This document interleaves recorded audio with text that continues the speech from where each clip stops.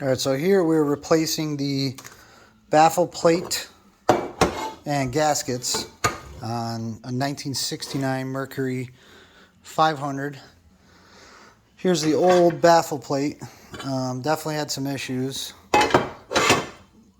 The water jacket pathway here for the water pump and cooling has, over the years, eaten through the actual baffle plate itself. This is the channel where the water will flow through to cool the manifold. It was completely clogged solid, that you could see from the photos. And we dug that all out, cleaned this up. Could clean a little bit more, sandblast it just to clean it out, but technically it's going to work fine now that water could flow through. The surface here isn't bad, so that's still okay.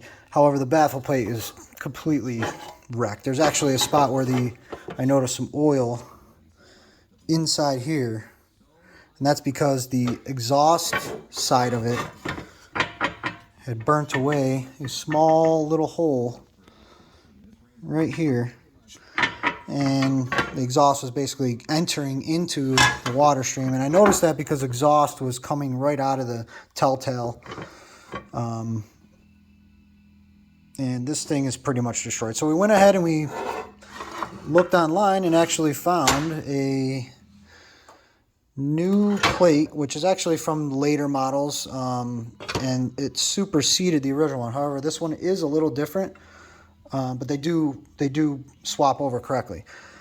I had to do a little research because I lined up the gaskets from this original baffle plate, and they didn't seem to match up. And I was a little concerned and kind of at a loss of what to do next, since you cannot find this baffle plate. And I even tried finding a used one.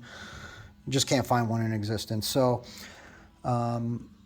I was luckily able to find a photo of somebody that had an older model but used the newer style plate. And they had this piece and the outer manifold cover both taken apart.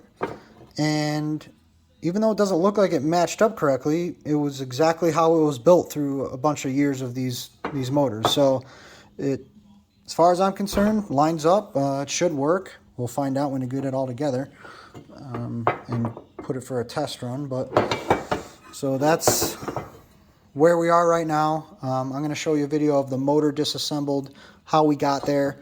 You'll also see some of the photos in the video that I'll attach. So this is it.